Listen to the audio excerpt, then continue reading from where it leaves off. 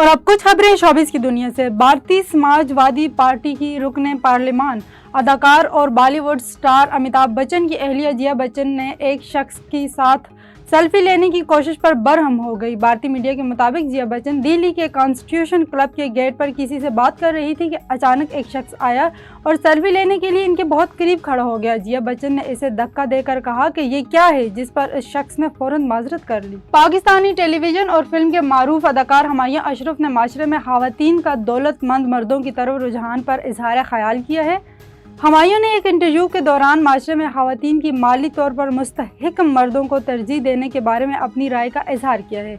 इनका कहना था कि आजकल मोहब्बत का ताल्लुक मादियत से जुड़ गया है, यह हिसाब किताब और अमली सोच पर मबनी हो चुकी है और ये बिल्कुल दुरुस्त है। आज की मोहब्बत मादी बुनियादों पर कायम है और किसी मुस्तहिकम शख्स से शादी करना एक हकीकत पसंदाना रवैया है।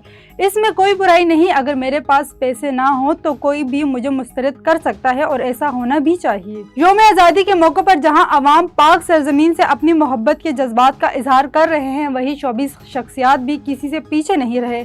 शोबिस शख्सियात ने इंस्टाग्राम और दीगर सोशल मीडिया प्लेटफॉर्म्स पर सब्ज और सफ़ेद रंगों में मलबूस, हाथों में परचम थामे अपने वतन से वफादारी और बेहतरी की उम्मीद के पैगाम शेयर किए हैं।